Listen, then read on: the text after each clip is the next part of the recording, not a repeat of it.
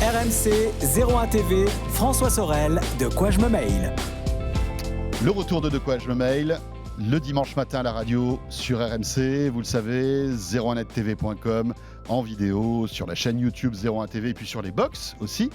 01 TV sur les box SFR Orange, Freebox et Fransat depuis quelques temps. Merci d'être là.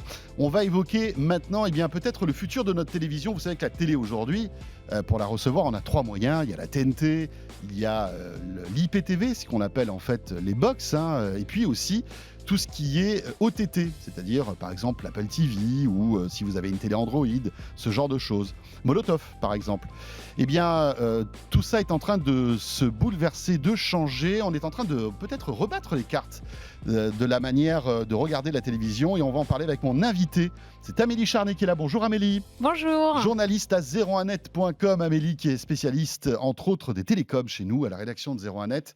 Et Amélie a fait un papier que je vous conseille d'ailleurs de retrouver et de lire sur 01net qui nous pose cette question. Est-ce que c'est la fin des box télé que l'on connaît avec la bonne vieille télécommande? Amélie, c'est un vrai débat qui est un peu un serpent de mer. Ça fait des années qu'on en parle, mais là, on va rentrer un petit peu dans les détails. Mais avant de détailler tout ça, peut-être expliquer à tous ceux qui nous regardent et qui nous écoutent qu'il y a en fait aujourd'hui trois moyens de recevoir la télévision en France. Oui, alors on a la bonne vieille, j'allais dire TNT. En fait, c'est ce qu'on appelle la boucle radio. Voilà, donc on a une antenne, soit dans le téléviseur directement, soit sur les vieilles antennes râteaux sur le toit. On se souvient tous de ça.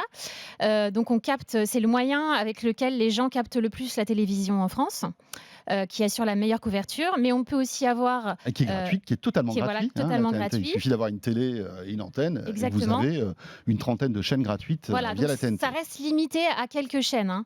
Ensuite, on a ce qu'on appelle l'IPTV. Alors là, c'est géré directement et exclusivement par les opérateurs. Et donc, il faut souscrire à un abonnement, avoir une box TV, un décodeur TV pour y avoir accès. Donc, ça passe par Internet et c'est quand même une garantie de qualité parce que l'opérateur va gérer de façon prioritaire ces flux vidéo. Donc, on est assuré d'avoir quand même une super connexion, un super accès. Et avec, alors là, on a la plupart du temps plus de 200 chaînes. Voilà. En fait, les chaînes sont illimitées, en quelque sorte. Exactement. On peut avoir toutes les chaînes qu'on veut. On a plein de services enrichis, donc l'enregistrement, le replay, le contrôle du direct. Bien sûr. Oui, parce qu'on est connecté à Internet, là. C'est la différence de la TNT qui est du broadcast. Et voilà. C'est un peu comme un décodeur, en quelque sorte, que vous branchez sur votre télé, qui vous permet d'avoir toutes les chaînes que vous voulez. Et puis, le tout dernier, le tout nouveau, le dernier arrivé maintenant depuis quelques années quand même, c'est l'OTT, donc ça veut dire over the top. Donc là, pour le coup, on peut accéder sans passer par un opérateur à tous les services qu'on veut. Mais alors, si on est sur sa télévision, il faut quand même que la télé soit connectée ou alors qu'on ait un appareil qui permette de se connecter. Et on peut aussi le regarder sur son smartphone ou sur sa télévision, ça passe par le web. Donc ça va être tout simplement une application ou un site. Si on prend l'exemple de Netflix ou de Molotov, on est libre d'aller dessus, de se connecter dessus. Très simplement. Voilà, donc les télés connectées, il y en a de plus en plus. Les télés, il y a un boom des télés connectées aujourd'hui. Il y a encore quelques années, personne ne connectait sa télé. Si elle était connectée, maintenant tout le monde le fait. Alors on peut considérer que la télé est connectée avec le décodeur. Oui. Alors, et juste, je voulais rappeler ce chiffre, il y a 80% des gens en France qui ont une télé qui ont une box TV avec leur opérateur. Toujours. C'est énorme. Ouais, c'est énorme. C'est énorme. Oui, on voit qu'il y a quand même la suprématie de la box télé, la box télé IPTV, donc qui est liée à un opérateur. Et la chose, c'est que finalement, pendant des années, la TNT était majoritaire. C'était vraiment le moyen de diffusion le plus utilisé, qui était le plus simple. Petit à petit, la box a, on va dire, pris le dessus. La box télé, donc l'IPTV. Et puis donc là, petit à petit, il y a l'OTT qui arrive, qui monte en puissance. Est-ce qu'on sait à peu près quelle est l'audience en fait de chaque technologie? On a une idée ou pas aujourd'hui? Alors, ce qui est très difficile, c'est qu'en fait, la plupart des gens qui ont une box TV ont la TNT. En fait, tout le monde a un peu les trois. Donc du coup, dans les chiffres, il y a redondance. Donc, la seule chose qu'on peut dire, c'est qu'il faut quand même un minimum de connexion, de qualité de connexion Internet pour avoir une box TV. Donc, il y a une minorité, plutôt dans les zones rurales en France, de gens qui ne pourront pas passer par la box TV.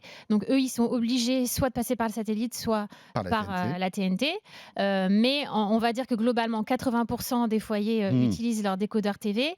Et ce qui est drôle, c'est que je crois que c'est 89% des gens qui utilisent les services OTT passent par leur box TV, en fait. C'est ça qui est dingue. Ouais, ouais. Donc, quand on regarde Netflix en France, c'est prioritairement par la box TV. C'est Oui, pour parce ça que sur les tout est box TV, compliqué, il y a hein. Netflix aussi, hein, maintenant. On Exactement. voit que les opérateurs ont compris et sont agiles là-dessus. On a peut-être oublié le satellite, tu as raison, hein. Oui. C'est vrai qu'il y a la TNT, donc l'IPTV, l'OTT, mais aussi le satellite qui permet n'importe où, hein, on peut être tout en haut d'une montagne, ne pas avoir de TNT, ne pas avoir de connexion Internet et de regarder la télévision. Hein. C'est un moyen qui, dans les zones rurales, est encore très utilisé. La question que tu t'es posée sur ton article sur 01net, pourquoi se poser la question? Pourquoi se dire que finalement, on vit peut-être la fin des box télé? Alors, il y a une actualité tout simplement commerciale de Bouygues Télécom. Il y a quelques semaines, il a lancé une offre triple play. Alors, le triple play, je rappelle ce que c'est rapidement. C'est un accès à Internet, à la télévision et au téléphone. Et pour la première fois, donc on a ce modèle-là depuis presque 20 ans. C'est Free qui l'a inventé en 2003, en fait, quand même. Donc tous les opérateurs proposent ce modèle. Et pour la première fois dans ce modèle d'accès, il n'y avait pas de décodeur TV à la place, mais quand même un accès à la télévision. Alors ça veut dire qu'il y avait une appli qui s'appelle BTV qui est préinstallée sur une télé connectée de Samsung, une Smart TV. Et donc, on passe par cette télé et par cette application pour accéder à tous les services enrichis de l'opérateur. D'accord. Ça veut dire que finalement, plus besoin de boîte sous la télé. C'est ça. D'accord. À partir du moment où on achète une télévision qui est compatible, et évidemment, Bouygues a passé un accord avec Samsung, hein, le constructeur de télé, pour implémenter cette application. En cliquant donc sur l'application et à avoir préalablement branché en fait ma télévision sur la box réseau, parce que on expliquera tout à l'heure qu'il faut toujours deux box, hein. Il faut toujours une box réseau. Et bien là, je me retrouve avec toutes les chaînes. Parce que l'appli est sur la télé, préinstallée, c'est ça? C'est ça. Et d'après ce que j'ai compris, même ceux qui ne sont pas chez Bouygues et qui achètent cette Smart TV, c'est ce que disait Bouygues, vont se retrouver avec cette application préinstallée. Bon, alors après, il faut quand même être chez l'opérateur pour pouvoir l'ouvrir et s'identifier, hein. D'accord. Et on se retrouve avec les chaînes qu'on a sur la box. Est-ce que ça remplace vraiment une box télé? Alors, moi, je ne l'ai pas prise en main, donc je ne pourrais pas m'avancer sur l'expérience. Est-ce que c'est au niveau d'une expérience avec une box physique? Mais Mais d'après ce que j'ai compris, il y a certaines limitations voilà, quand même. Hein. peut-être On n'a au niveau pas du tous les nombre de services. chaînes et de quelques services. Mais c'est à terme. Alors, l'application, c'est pas une innovation technologique, c'est plutôt une innovation commerciale parce que c'était déjà possible via l'Apple TV de le faire, d'accéder à cette application que Bouygues a développée déjà depuis plusieurs années. Oui, bien sûr. Et d'ailleurs, il y a d'autres opérateurs, je crois, qui ont des applications de ce genre. Hein. Oui, mais elles sont pas disponibles sur les Smart TV. Donc Orange, par exemple, avec Soch, propose, et même avec Orange, une application télé.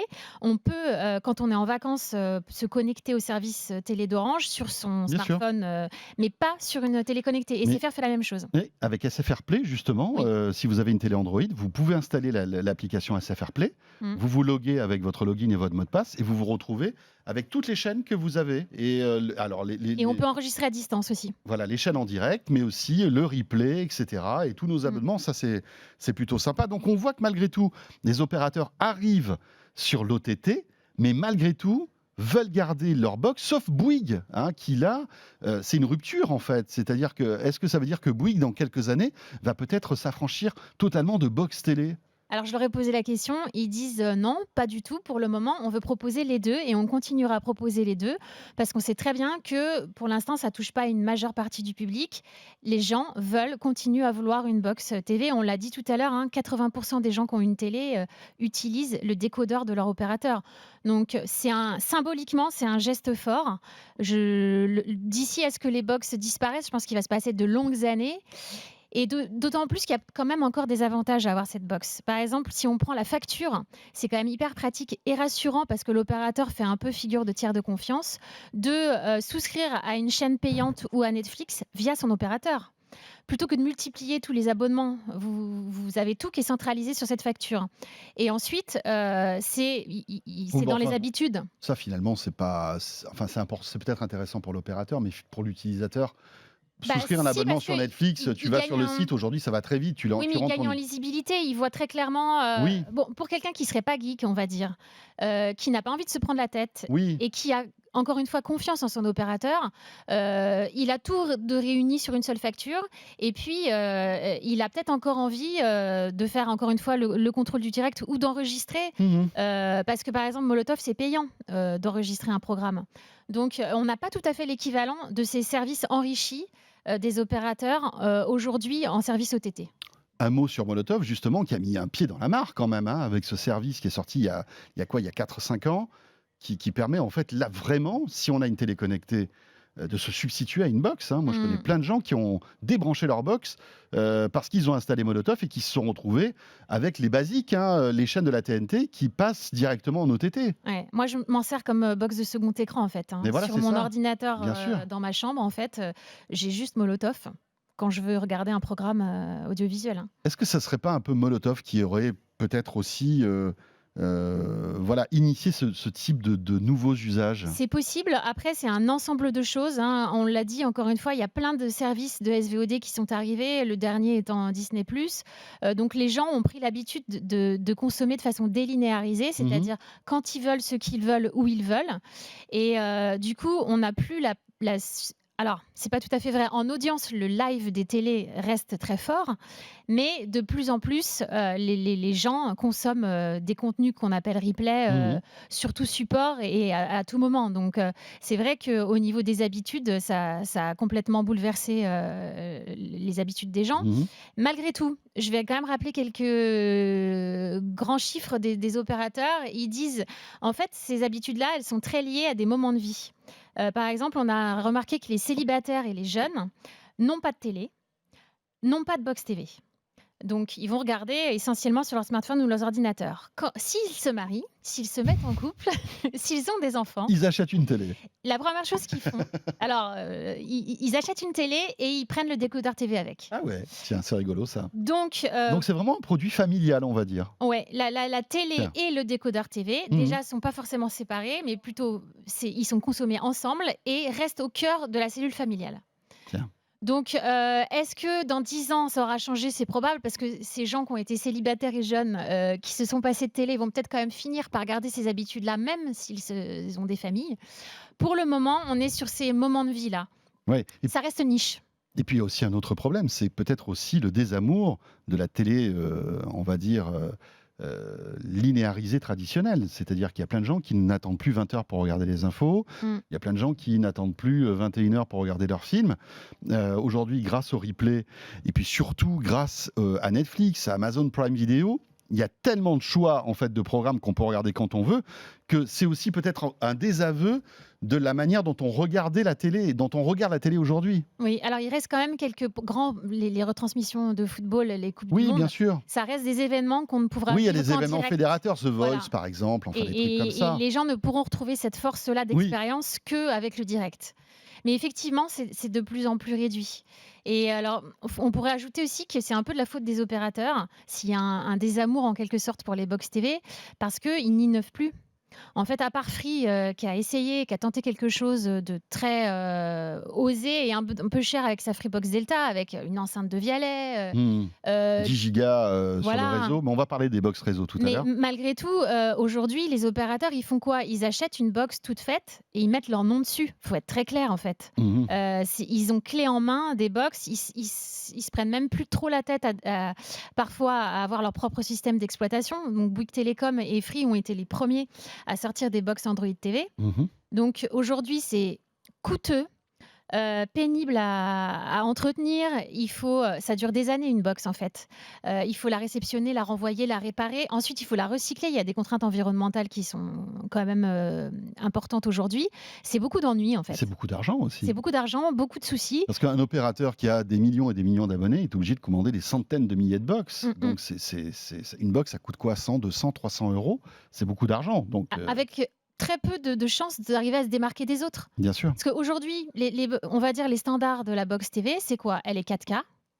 C'est un minimum, même quand la télé n'est pas de 4K. Les gens, ils veulent le décodeur 4K. C'est souvent Dolby Atmos au niveau du son. Et après, comment on fait la différence? Parfois, il y a une enceinte vocale qui est dedans. Ouais, avec il y a des deux usages opérateurs qui ont essayé. Voilà. Il y a souvent maintenant un assistant vocal. Il n'y a que Bouygues qui ne l'a pas fait. Orange, SFR et Free ont leur propre assistant vocal. Ça devient un incontournable. Mais en dehors de ça, comment vous différenciez? Malgré tout, il est important pour l'opérateur de garder cette box parce qu'il garde aussi le client, en quelque sorte. Et il reste maître, en quelque sorte, de ce qu'il lui propose sur la box. Parce que quand vous allumez la box, box, eh bien vous avez une petite image de présentation avec des informations qui sont poussées par l'opérateur. S'il veut vous faire découvrir une nouvelle chaîne, s'il veut vous faire découvrir un nouveau service, ça peut même être une promotion, par exemple. Si demain cette box n'est plus là, et si tout passe par l'OTT, eh bien en fait il va perdre ce lien-là, non ? Oui. Alors, c'est une perte de peut-être pouvoir. Là la clé du problème. Ouais, à plus d'un titre, en fait. Donc, perte de pouvoir, mais perte aussi de revenus. Parce que, en fait, quand ils proposaient des contenus, ils percevaient une partie des revenus quand c'était des contenus SVOD ou des chaînes. Et ensuite, il y a quand même la publicité segmentée qui arrive, donc avec des pubs personnalisées pour les gens, où là, les opérateurs ont peut-être récupéré de l'argent et du pouvoir. Mais effectivement, c'est un peu une démission quelque part face aux constructeurs TV. On peut l'interpréter comme ça. La publicité segmentée, c'est quelque chose qui est assez intéressant et que seul l'IPTV peut proposer, je crois bien. Hein. Oui. C'est que tu peux nous expliquer ce que c'est ? Ça va arriver. Je crois qu'il y avait des problèmes de législation. Oui. Là, visiblement, tout le monde est d'accord et on va consommer de la publicité différemment bientôt. Oui, alors ça devrait passer normalement au mois de juillet, donc ce mois-ci. Donc il va s'agir de personnaliser en fait les publicités vis-à-vis du public. Alors on connaît tous les campagnes de pub nationales. Normalement, jusqu'à maintenant, une pub pour un fabricant de boissons gazeuses passait et toute la France regardait la même pub. Nous, on regarde le même programme, on a la même publicité au même moment. Exactement. On est d'accord. Et là, ça va être un peu comme sur le web où on peut déjà personnaliser les publicités suivant le profil d'internaute qu'on a. C'est du ciblage publicitaire. Il va s'agir essentiellement de s'adapter à l'origine géographique. En fait, le lieu, ça va être ça le principal critère. Donc évidemment, si vous êtes en Corse et qu'il fait hyper chaud, peut-être qu'on va vous pousser des pubs pour des glaces, alors que si vous êtes, je vais être un peu caricatural, dans le nord de la France, peut-être que vous n'aurez pas la même météo et on va vous... C'est pas moi, pour une fois, c'est pas moi. J'aurais pu la sortir celle-là, mais c'est pas moi, c'est Amélie, hein, attention. On va vous proposer des frites, j'en sais rien. Bon, oui, voilà. D'accord. Ouais, c'est vrai. Pas du tout cliché. Donc ça veut dire que la publicité ne sera pas forcément la même par rapport à l'endroit où je me trouve. C'est ça, hein ? Donc, alors, et ça va peut-être aussi apporter des annonceurs locaux. Exactement. Aussi. Donc, petite rectification, il est possible de le faire quand même avec la TNT et aussi l'IP et aussi d'autres moyens. Voilà, tout simplement parce que la TNT, par exemple, on a des moyens au niveau des antennes, des radiofréquences, de savoir dans quel lieu vous vous trouvez. Ça sera moins fin. Ça sera vraiment des plaques géographiques départementales ou. Et puis il y a aussi un autre atout aussi de la télé sur les box, c'est que les opérateurs arrivent à avoir une audience très précise des chaînes que vous regardez.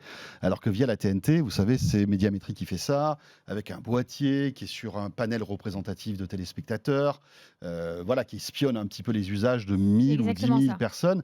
Là, avec la box de votre opérateur, alors tout ça est anonymisé. Oui. Par exemple, moi, je me mets sur la une, je sais pas moi, mon opérateur... Mais on connaîtra vos habitudes de consommation. Exactement. Donc là, en plus de la géographie de votre adresse, il y aura vos habitudes de consommation. On saura, par exemple, si vous êtes fan de foot, si vous êtes fan de cinéma. Et évidemment, ça va être plus facile de pousser des contenus. Et il ne faut pas crier au loup. Je pense pas que ce soit forcément un aspect négatif pour le... Le consentement éclairé de l'utilisateur sera demandé. Hein. Oui, voilà. On est libre de le refuser. On pourra accepter, un peu comme les cookies qu'on accepte sur votre ordinateur.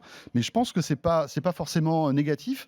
Le fait finalement d'avoir de la publicité qui sera plus ciblée, moi je trouve que c'est plutôt intéressant. Il y a de la publicité qui peut plus me correspondre et m'apporter quelque chose que d'avoir, je sais pas moi, des pubs sur des sujets qui ne me correspondent pas finalement. En tout cas, pour l'annonceur, ça serait intéressant parce que sur le web, c'est souvent déclaratif. Finalement, les profils sont parfois faussés. Parfois, on a un mineur, on croit parler à un adulte.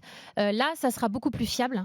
Les données. Oui. Et alors, sauf qu'on ne saura pas qui regarde la télé. C'est ça la grosse différence. Oui, mais on connaîtra le profil de la famille. Oui, voilà. Du foyer. Ça sera le profil de la famille et non pas la personne qui regardera la télévision. C'est ça la limite en fait de cette télé segmentée qui arrive là bientôt. Alors la publicité segmentée. Les tests et les campagnes pour recueillir le consentement des utilisateurs, c'est la rentrée et probablement ce sera 2021 en fait. On revient juste une seconde, Amélie, sur cette expérience Bouygues de télévision donc, qui est subventionnée par l'opérateur. On n'a pas parlé du modèle économique, mais la télé coûte une 50aine d'euros et vous vous engagez en échange de ces 50 euros. Alors, vous recevez une télévision de différentes tailles, tout dépend combien vous donnez, et vous vous engagez après à rester chez l'opérateur pendant 2 ans, en gros, avec un abonnement à 40 euros par mois. Bouygues a tiré le premier. SFR est allé un petit peu plus timidement. Grégory Rabuel, le PDG d'SFR, a été mon invité il y a quelques semaines de ça. Il propose aussi une télé subventionnée, mais sans appli SFR pour l'instant. D'accord. Mais quand on va voir Orange ou Free, est-ce que tu leur as posé la question? Est-ce qu'eux aussi s'intéressent à ça? Est-ce que demain, chaque opérateur pourra avoir son offre de télévision connectée ou de télé subventionnée? Pour le moment, ils n'ont pas réagi. Alors maintenant, il y a une conférence la semaine prochaine avec une nouvelle box de Free, mardi prochain. Peut-être qu'il y a une énorme surprise de ce côté-là. Peut-être qu'ils vont s'aligner, on n'en sait rien. Moi, je pense que c'est un modèle qui est amené à se conforter et à devenir un standard. Je pense que tous les opérateurs vont finir par y arriver. Il y a eu des précédents. Ils ont essayé, par exemple, de vendre des barres de son avec leur box TV. Ça n'a pas tant marché que ça. Maintenant que l'innovation n'est plus technologique, ils sont obligés de s'allier. Et l'alliance avec les constructeurs télé, elle est logique, je trouve, parce que c'est tout un ensemble, en fait. Donc, moi, je vois bien ça s'installer comme un standard. Est-ce qu'Orange, demain, pourrait proposer une offre de télé subventionnée? Je pense que ce serait possible. Ça serait possible Ouais, aussi. ouais. Oui, alors c'est vrai, on est dans l'attente de cette annonce de Free. On a reçu une petite invitation il y a quelques heures de cela. Et ça sera à suivre sur 01 TV, bien sûr. On découvrira cette offre-là. Qu'est-ce qu'on sait de ce que va annoncer Free dans quelques jours? Amélie, on a des informations? Oui, est-ce que ça a alors, fuité pour un une peu? fois, sur l'invitation... Parce qu'en général, Free arrive bien à garder ses secrets, Oui, alors, je trouve de moins en moins quand même. comme Apple, finalement. Alors, il y avait un petit hashtag V8 pour une fois. D'habitude, il ne dit rien. On n'est pas censé savoir que c'est une box qui va être dévoilée. Mais là, vu qu'il y avait marqué V8, on a tous compris. C'est le numéro de la version de la box. Donc, on avait la Freebox V7 pour la Freebox Delta. Et là, on sait donc du coup que c'est une box, déjà. Et alors, il y a eu des fuites parce qu'en fait, Netflix a mis en ligne sur son site des informations par erreur, temporairement. Donc, on a eu accès La gaffe. on a eu accès à quelques infos la semaine dernière. La semaine dernière ou il y a 15 jours déjà, je ne sais plus. Oui, je crois que c'était il y a 15 jours. Oui. Et donc, on sait que c'est une box dont le décodeur TV sera 4K. Alors, ce n'est pas une énorme surprise. Non. Elle s'appellerait la Freebox Pop, non? Freebox Pop. Alors, on ne sait pas si c'est un nom de code ou si c'est son vrai nom. Alors, non, parce que le nom de code, c'est encore autre chose. C'est une suite de chiffres et de lettres. Donc, il semble bien que ce soit le nom officiel de la Freebox Pop, à moins qu'ils décident au dernier moment de le changer parce que ça a été dévoilé, ce qui m'étonnerait quand même. On savait déjà le nom de la Freebox One et Freebox Delta déjà aussi avant la sortie. Oui, ça avait fuité aussi. Ouais. Donc, son Dolby Atmos, là encore... Vraiment pas une surprise. Après, le débit du modem offrirait plus de 2,5 gigabits par seconde, ce qui serait très très intéressant parce que a priori, ça sera une offre d'entrée de gamme. Donc, on pourrait avoir énormément de débit pour pas cher, en gros. Donc, en fibre optique, bien sûr. Oui, et en FTTH, c'est-à-dire fibre optique jusqu'au bout de l'abonné. Ça sera moins élevé que ce que promet la Freebox Delta à 10 gigabits, mais ça reste très supérieur à ce que proposent les autres opérateurs qui vont jamais au-delà de 1 gigabit. Sauf Orange qui a cette petite. Oui, alors Orange dit 2 gigabits cumulés, mais ça veut dire que. En fait, vous avez deux sorties de 1 gigabit chacune, c'est ça? Voilà, donc si vous branchez directement, par exemple, votre PC à votre modem, vous pouvez brancher deux PC qui vont chacun recevoir 1 gigabit, mais ils n'auront pas 2 gigabits sur un seul appareil. D'accord. Comment ça va? Est-ce qu'il y a de grandes innovations qui vont arriver chez les opérateurs, hormis la 5G, qui est vraiment le chantier qui va arriver dans les mois qui viennent? En matière de box, de connexion fixe à la maison, il y a des innovations, une montée en débit. On parlait tout à l'heure de Free avec ses 10 gigas. On voit que la plupart des opérateurs plafonnent à 1 giga. Est-ce qu'on va avoir une augmentation des débits? Est-ce qu'il y a des choses qui sont prévues de la part des opérateurs? Sur les débits, forcément, un jour, on arrivera tous à un modèle à 10 gigabits. Ça, je pense que c'est sûr. Après, sur la dématérialisation, on va aller encore plus loin, je pense. Donc, on parlait de la disparition hypothétique, mais inéluctable, je pense, des box TV à terme. On enregistre déjà les programmes dans le cloud. En fait, les opérateurs, ça fait déjà plusieurs années qu'ils ne proposent plus de disques durs avec leur box TV. Donc, cette box SFR TV... était l'un des tout premiers, d'ailleurs, à le proposer. Tout à fait. Donc, cette box TV, c'est inéluctable. Elle va disparaître. On gardera aura toujours un modem, c'est important. On ne peut pas se connecter sinon. Donc, mais il va être encore plus compact qu'avant. Peut-être que les opérateurs français vont redevenir que des simples tuyaux, ce qu'ils sont déjà dans d'autres pays, en fait, où les gens sont libres de s'équiper comme ils veulent. Nous, on avait vraiment une spécificité française. C'est compliqué à dire, ce truc-là. De cette histoire avec Free, qui a inventé ce modèle. Donc, pour nous, les opérateurs étaient plus que des tuyaux. Là, il y a peut-être un danger qu'ils ne redeviennent que ça. Et surtout par rapport au modem, peut-être que ça, c'est Orange qui réfléchit à ça. On aura à terme des réseaux virtuels à distance. Donc, on partira en vacances et on pourra se connecter sur sa box à distance. On pourra tout gérer partout où on ira. Et puis, peut-être qu'on aura une petite clé, tout simplement. On arrivera au bureau, on branche sa petite clé sur l'ordinateur et on a son environnement habituel. Comme le même que celui de la maison, par exemple. Voilà, je pense qu'on va progressivement aller vers ça. C'est passionnant tout ça. Oui. Et ça arrive. Mais c'est vrai que les opérateurs veulent garder un petit peu la main mise sur la télévision, qui est peut-être le dernier écran sur lequel ils ont encore une certaine influence, et on le voit, c'est important pour eux. C'est peut-être pour ça, vous l'avez compris, que les téléconnectés avec les applis des opérateurs, c'est pas pour tout de suite finalement. Les box ont encore quelques belles années devant elles. C'est la conclusion en quelque sorte de ton papier qu'on peut retrouver sur 01net. Merci beaucoup Amélie. Merci. Amélie Charnet, donc, que vous pourrez suivre dès la semaine prochaine sur 01net.com pour découvrir cette nouvelle Freebox. Voilà, on verra bien, et on est en train de vous préparer une petite interview du patron de Free, Xavier Niel, qui sera dans l'une de nos émissions pour nous présenter tout ça. Merci beaucoup Amélie. À bientôt. Et ce De quoi je me mêle est terminé. Merci d'avoir été avec nous, comme chaque dimanche matin sur RMC à la radio, mais aussi sur 01nettv.com, sur la chaîne YouTube de 01TV et sur les box justement. Tiens, on parlait de Freebox, chaîne 231, pour voir 01TV. À très bientôt et merci de nous suivre en tout cas. De quoi je me mêle sur RMC et 01TV.